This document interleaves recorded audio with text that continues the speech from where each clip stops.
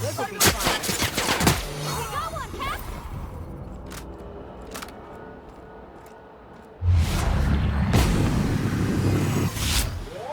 That's some tough armor. Hunker down, Cap!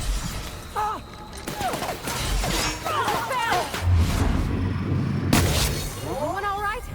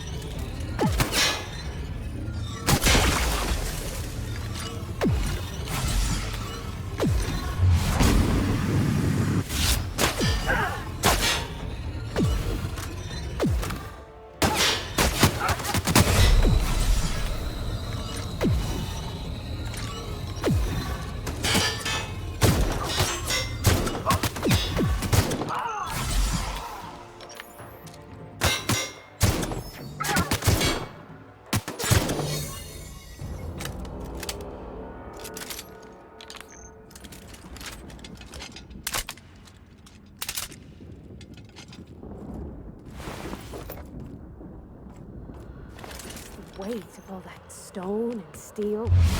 That's how it's done, Captain.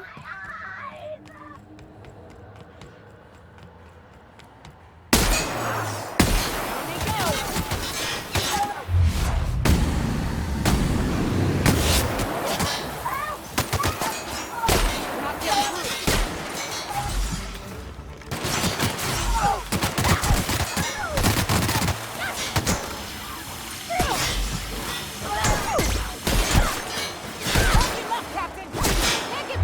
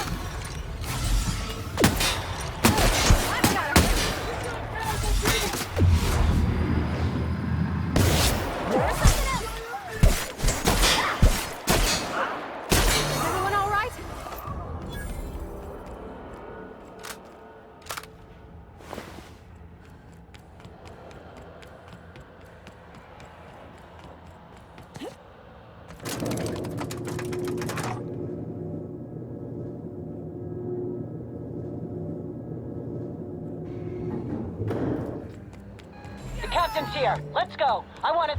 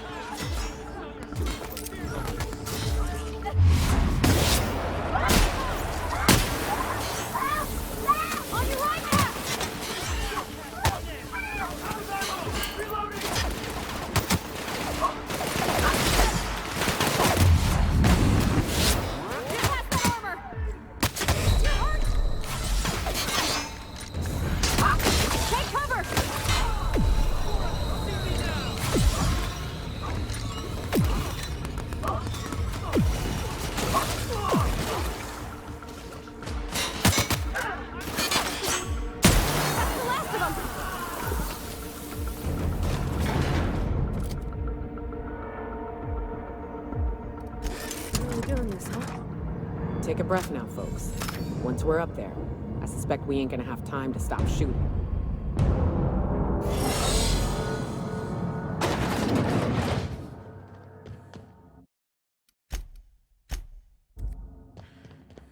Captain, you have an uncanny talent for complicating my life. I'm afraid I can't do that. Oh. Interesting that you think I'm going to die here. I've devoted my entire life to protecting Halcyon. There is... This...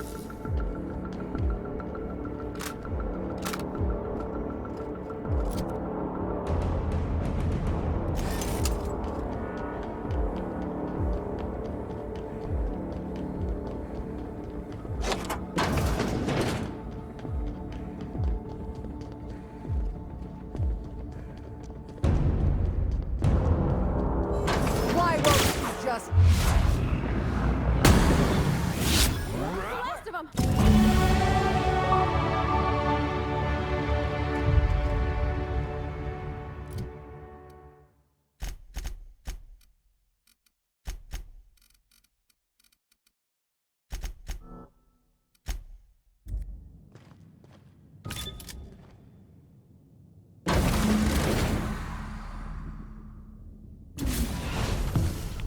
You don't know how glad I am to see you. You did the right thing. Akande was a monster. Her death was much deserved, and long overdue. The OSI teaches that everything in the universe happens according to the grand plan. But the stranger that arrived in Halcyon was an unplanned variable. From the moment she landed in Emerald Vale, her actions altered the course of history. The events on Tartarus brought about the end of the board's authority. But the board's mistakes would haunt the colony for decades to come. The damage they left behind would require the work of a generation to repair. Dr. Phineas Wells began reviving a handful of the Hope's colonists. Engineers, scientists, technicians, and intellectuals. They were among the brightest minds the Earth had ever sent out into the stars. The Hope scientists and engineers woke up in a colony descending headlong into total collapse. With no way to return to Earth, they had no choice but to band together and devote themselves to the cause of saving Halcyon. The people of Halcyon were nothing if not hardy. In the absence of the board's authority, many of the colony's settlements banded together with a single purpose in mind: survival. Life was especially hard in the years to come.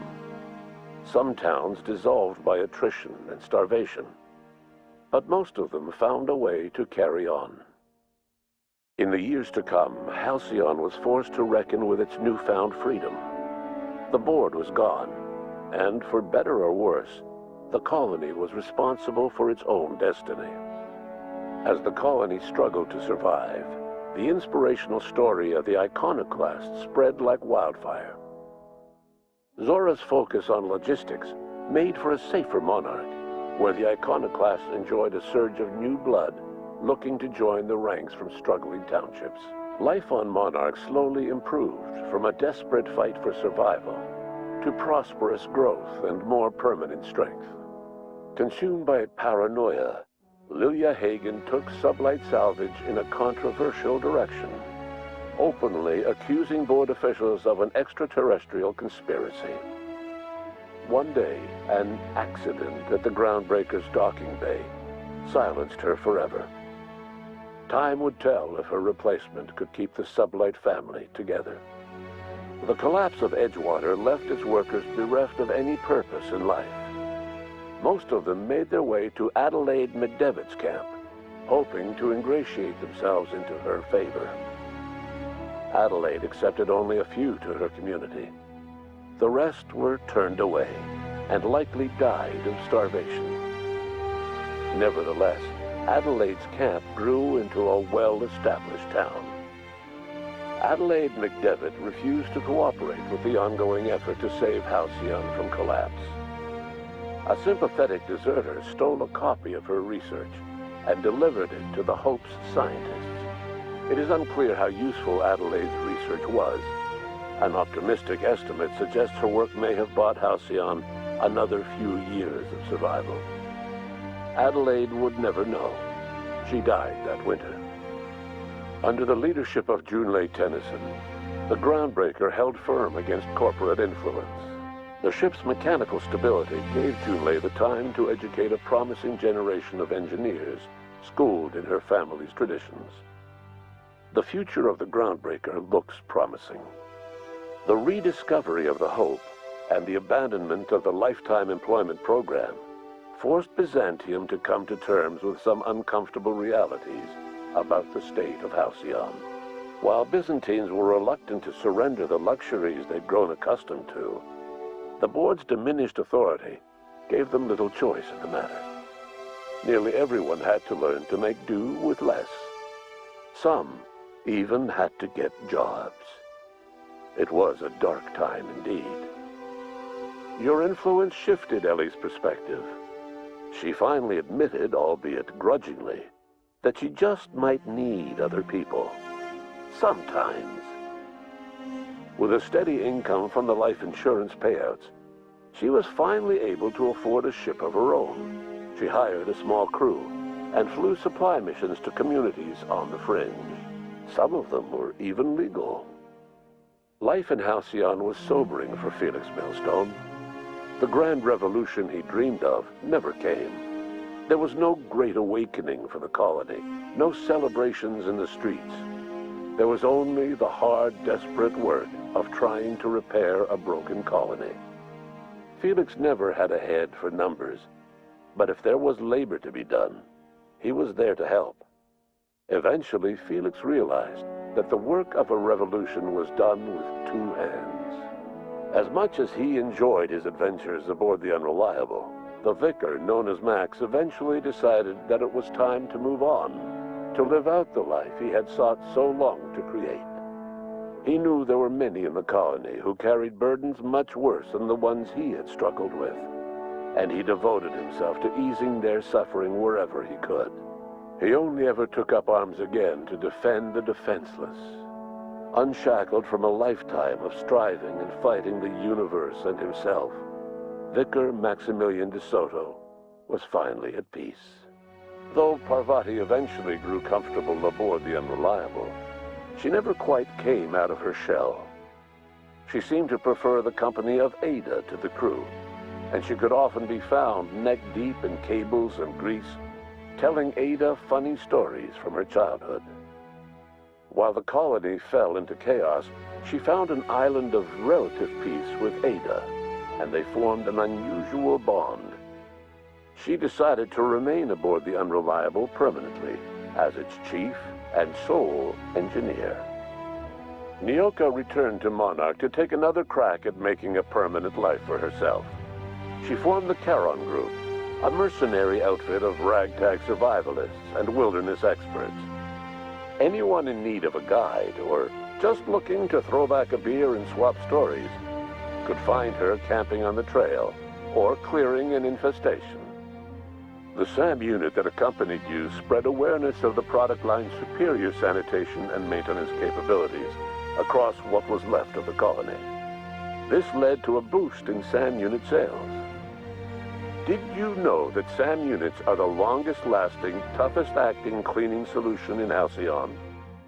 Minister Clark was released from house arrest, and his contact with you gave him a sense of renewed purpose and vigor. Once it became clear that no help would be coming from Earth, he threw his considerable efforts and talents into helping Halcyon manage the crisis before it. As for Dr. Phineas Wells, he spent his remaining years in his orbital lab. Though he was always haunted by the failures of his past, he was determined to make things right by building toward the future. The revival project was hard and painful work, but in the end, despite limited resources, over half the Hope's colonists were successfully revived. Even after Wells passed away, the Hope scientists and engineers worked night and day to pull Halcyon from the brink of collapse. Their efforts continue to this day, which may be reason enough for optimism. Dr. Wells laid the groundwork for the project to save the colony, but he would never live to see the fruits of his labor. He passed away a few years later. His work was carried on by the scientists and engineers he revived. Life will never be the same in Halcyon. It is widely agreed that the colony has a chance of stabilizing within a generation, owing to the hard work and determination of the surviving colonists. Recovery is a distant goal, and the path is long and uncertain. But the people of Halcyon carry on, determined as ever. And what about you, the unplanned variable in the history of Halcyon?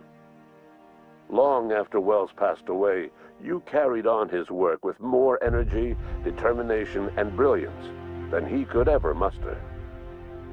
The years that followed were hard, but Halcyon survived by the efforts of the Hope's most promising colonists, the greatest of which was you. No one knows what's happened to Earth, and no one knows what the future has in store for Halcyon. All we know for certain is this: the name of the Unreliable and that of its intrepid captain will remain the subject of countless stories for years to come.